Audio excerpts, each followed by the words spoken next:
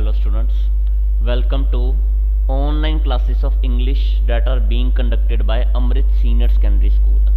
Students, हम lesson कर रहे थे द पंच परमेश्वर और आज हम उस लेसन का थर्ड पार्ट करने जा रहे हैं। अभी तक हमने ये पढ़ा कि जुम्मन और उसकी आंट दोनों में किसी बात को लेकर, खास कर प्रॉपर्टी को लेकर झगड़ा हो रहा था, क्योंकि जुम्मन की आंट ने प्रॉपर्टी जो थी वो जुम्मन के नाम कर दी थी, पर जुम्मन और उसकी वाइफ ने आंट को इल्ट्रेट करना स्टार्ट कर दिया, तो उनकी आंट ये केस पंचायत में ले गई।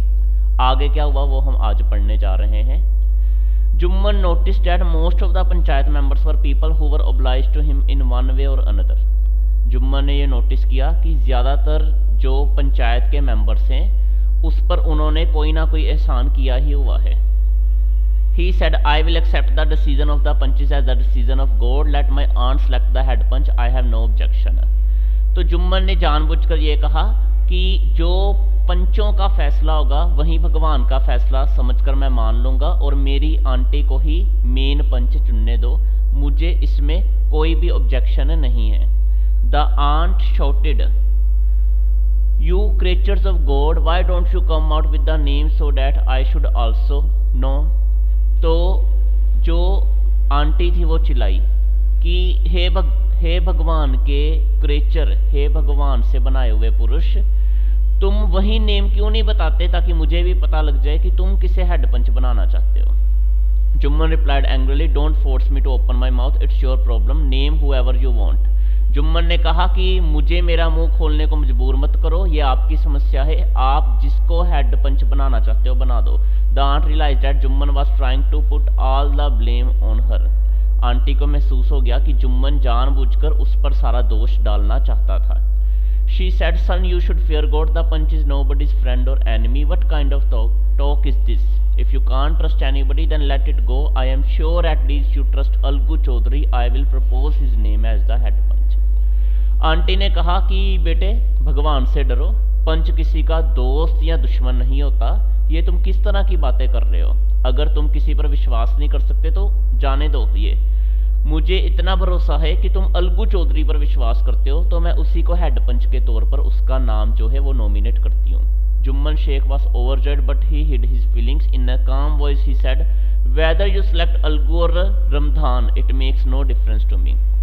अंदर से तो जुम्मन बहुत ज़्यादा खुश हुआ, उसकी खुशी का ठिकाना नहीं रहा, पर अपनी खुशी छिपाते हुए उसने बड़े शांतिमय तरीके से कहा कि आप अलगू या रमधान जिसे मर्जी हेड पंच बना लो, मेरे लिए कोई फ़र्क नहीं है। और स्टूडेंट्स, यहाँ पर रामधन ये नहीं है, रमधान उसका जो था वो एक मुस्लिम फ्रेंड था, इसलिए हमने रामधन की जगह से रमधान बोलना है। Algu did not want to get involved in their quarrel. He tried to back out. Aunt, he said, Jumman and I share a deep friendship. Algu झगड़े में पड़ना नहीं चाहता था। उसने दोबारा से पलटकर कहा कि आंटी, जुम्मन और मैं पक्के दोस्त हैं, तो मैं इस मुसीबत में नहीं आना चाहता। The aunt replied in a sober voice, No one will turn his back to just it for the sake of a friendship. God resides in the heart of a punch. They speak in God's voice. Aunty ने बड़े सभ्य तरीके से और शांत तरीके से जवाब दिया कि दोस्ती के खातिर न्याय को पीठ नहीं देनी चाहिए। ईश्वर पंच के हृदय में वास करता है, वो अगर पंच जब बोले समझ लो भगवान ही उसकी आवाज़ में बोल रहा है। Algu Chaudhary nomination was accepted. Algu Chaudhary के नॉमिनेशन को सभी ने स्वीकार कर लिया। Algu Chaudhary said, Sheikh Jumman, you and I are old friends. Whenever the need arose, we helped each other.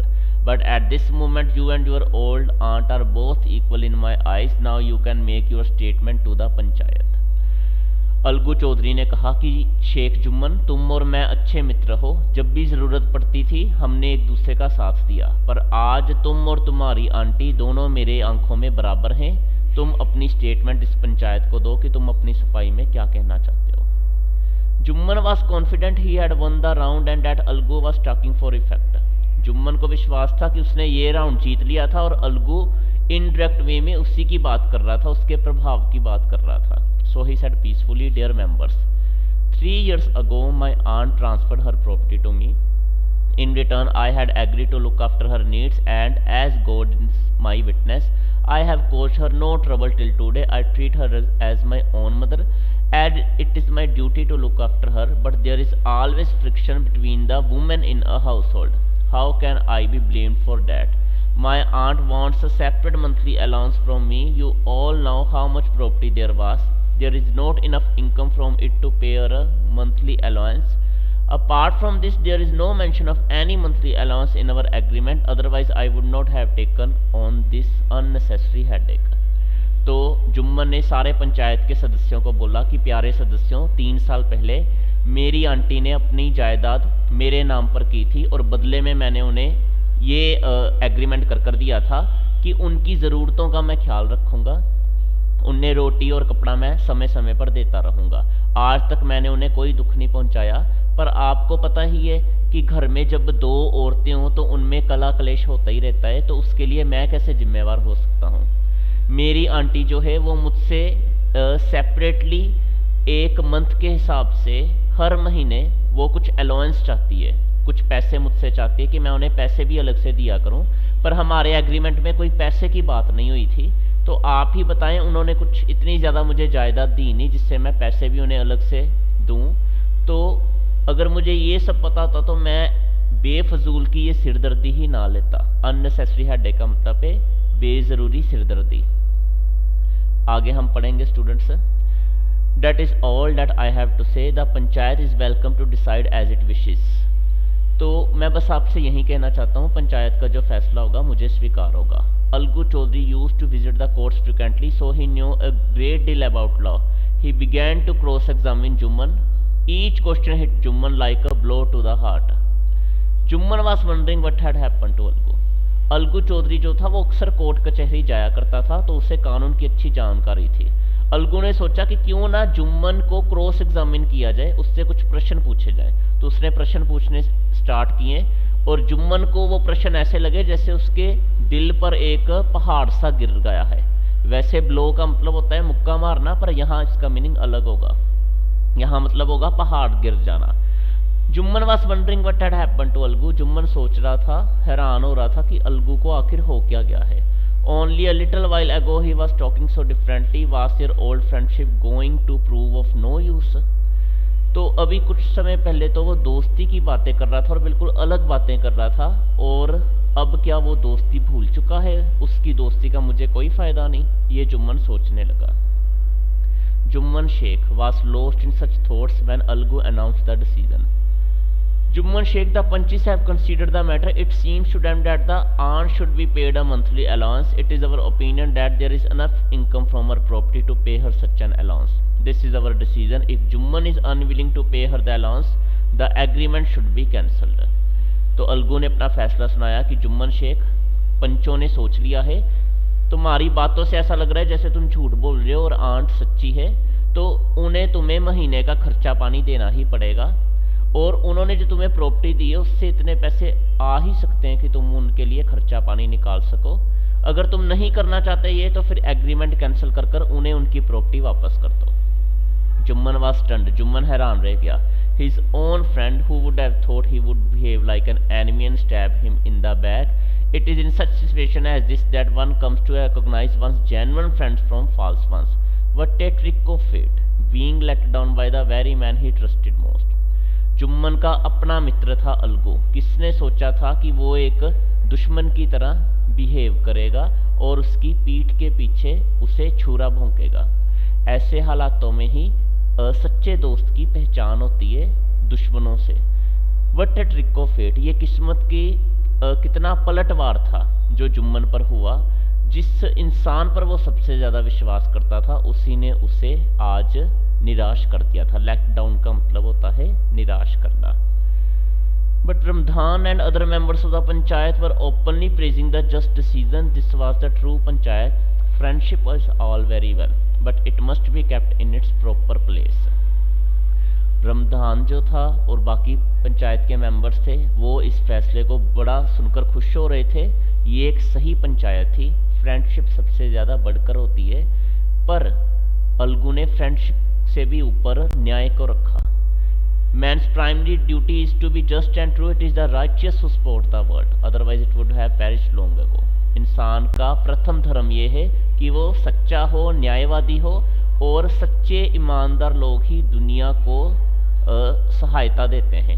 अगर सच्चे लोग इस दुनिया में ना हो तो ये दुनिया कब की ख़त्म हो जाए। पेरिश्ड का मतलब होता है फिनिश्ड हो जाना या ख़त्म हो जाना। This decision shook the foundations of the friendship between Algu and Jumman.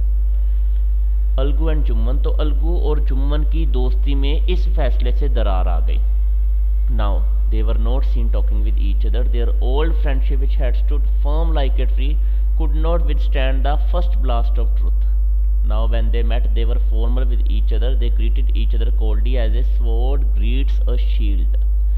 अब उनकी दोस्ती की नींव हिल चुकी थी। अब वो एक दूसरे से ज़्यादा बातचीत नहीं करते थे। जो दोस्ती एक वृक्ष की तरह पक्की थी, आज वो एक सच्चाई का वार नहीं सह पाई। अब जब भी वो मिलते सिर्फ हाय हेलो कर कर आगे बढ़ जाते, बहुत ही कोल्ड तरीके से, ऊपर ऊपर से बस वो एक दूसरे से बातचीत करते थे। जुम्मन के मन में अलगू के लिए काफ़ी नफरत भर गई थी। और जिस तरह एक तलवार मयान में समाती है पर वो मयान नहीं कहलाती, वैसे ही अलगू और जुम्मन हो गए थे। दोनों एक दूसरे के अंदर से दुश्मन बनी जा रहे थे।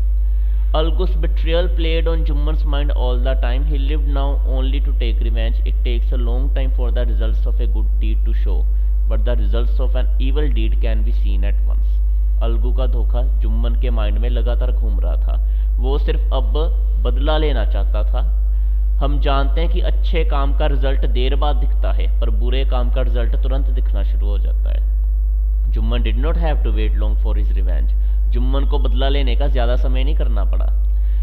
The previous year Algu Chaudhary had bought a pair of beautiful long horn oxen from Bateshar. Bateshar से अलगू ने एक बहुत सुंदर जोड़ा खरीदा लंबे सींग वाले बैलों का। For months people came from neighbouring villages to admire them. बहुत सारे लोग आसपास के गांवों से आते रहे उन बैलों के जोड़ों को देखने के लिए। Unfortunately, a month after the panchayat decision, one of the oxen died. बदकिस्मती से पंचायत के फैसले के 1 महीने बाद अलगू का एक बैल जो था वो मर गया। Jumman told his friends, this is the punishment for treachery. Human beings can act in whatever way they like, but God sees the good and bad behind one's deed.